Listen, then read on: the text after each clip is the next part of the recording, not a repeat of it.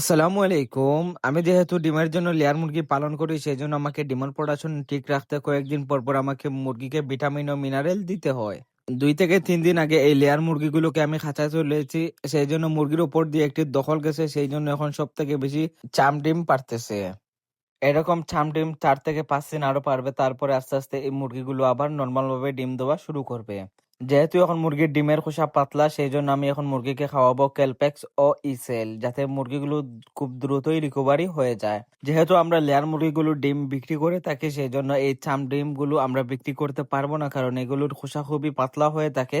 অনেক সময় পাড়ার সাথে সাথে এই ডিমগুলো ফেটে যায়। ডিমের জন্য কোনো মুরগি পালন করলে থাকলে অবশ্যই আপনাকে ভিটামিন ও মিনারেল সম্পর্কে জানতে হবে। অনেক সময় দেখা যায় যে ভিটামিন ও মিনারেলের কারণে মুরগির ডিমের প্রোডাকশন খুবই কমে আসে। এই ভিটামিন আর মিনারেল গুলো প্রত্যেক মাসে মাসে একবার করে দিতে হবে আপনাকে, যাতে মুরগির ডিম প্রোডাকশন সঠিক থাকে। আমার এখানে বর্তমানে আছে 400 মুরগি, সেই থেকে আমি বর্তমানে ডিম পাচ্ছি আপনার 230 থেকে 40টি বর্তমানে। আগে যেহেতু পেতাম 340টা এরকম ডিম পেতাম, এই সময় যেহেতু আমি ফ্লোরে পালন করতাম, ফ্লোরে একটু ডিম প্রোডাকশন কম আসে।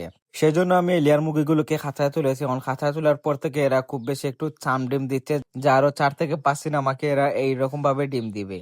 যেহেতু বর্তমানে এরা চাম ডিম দিচ্ছে, সেই জন্য আমাকে বর্তমানে লসে হলেও এই মুরগিকে খাবার খাওয়াতে হবে। বর্তমানে দেখা যাচ্ছে যে প্রতিদিন আমার 500 থেকে 600 টাকা এদের পিছনে ভর্তুকি দিতে হচ্ছে, কারণ যতদিন পর্যন্ত এই মুরগিগুলো ডিম ঠিক হবে, ততদিন পর্যন্ত এই মুরগি থেকে আমি লাভের পরিমাণ দেখতে পারবো না। যেহেতু আগেও বর্তমানে লাভ পেয়েছি, এই ডিমের মুরগিগুলোর বাজার উঠানামা করে, সেই জন্য এর সঠিক কোনো লাভ হিসাব করতে পারা যায় না। অনেক সময় দেখা যায় যে মুরগির ডিমের দাম অনেক কমে আসে, সেই জন্য আপনার লস দিয়ে হলেও এই মুরগিগুলোকে চালাতে হবে, কারণ পরবর্তীতে এই ডিমের দামও বাড়ে। এই ডিমের মুরগিগুলোর হিসাব প্রত্যেক মাসেই করলে আপনি পারবেন না, এগুলোর প্রত্যেক 6 মাস বা বছর অন্তর হিসাব করলে আপনি বুঝতে পারবেন যে আপনার প্রত্যেক মাসে কত টাকা আয় হচ্ছে বা লস হচ্ছে।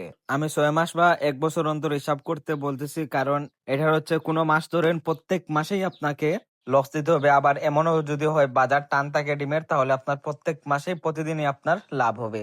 সেজন্য আপনি যদি বছরে বা 6 মাস অন্তর গড় একটা হিসাব করেন যে আমার প্রতি মাসে 10,000 বা 20,000 টাকা আসছে, বা আমার প্রতি মাসে 10,000 বা 20,000 টাকা গেছে, সেজন্য আপনি হিসাব করতে পারবেন যে আপনার প্রত্যেক মাসে কত টাকা লাভ হচ্ছে। যদিও আমি প্রত্যেক মাসে মাসে একটা হিসাব টান দিয়ে রাখি, যে দেখা যাচ্ছে যে আমার কোনো মাসে লস হচ্ছে আবার কোনো মাসে লাভ হচ্ছে, সেই হিসাবটা ধরে আমি আবার বছরে একটা হিসাব করে ফেলি যে আমার প্রত্যেক মাসে এত টাকা আসতেছে এই মুরগি থেকে।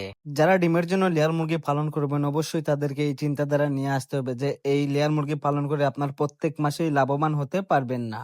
রমজান মাসে যেহেতু ডিম খুবই কম চলে, যেহেতু হোটেল বা খাবার হোটেলগুলা বন্ধ থাকে, সেই জন্য ডিমের চাহিদা কম থাকে, সেই জন্য রমজান মাসে ডিমের দাম তেমন একটা থাকে না।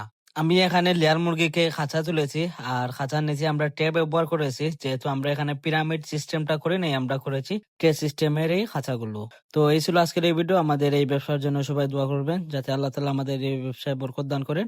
আসসালামু আলাইকুম।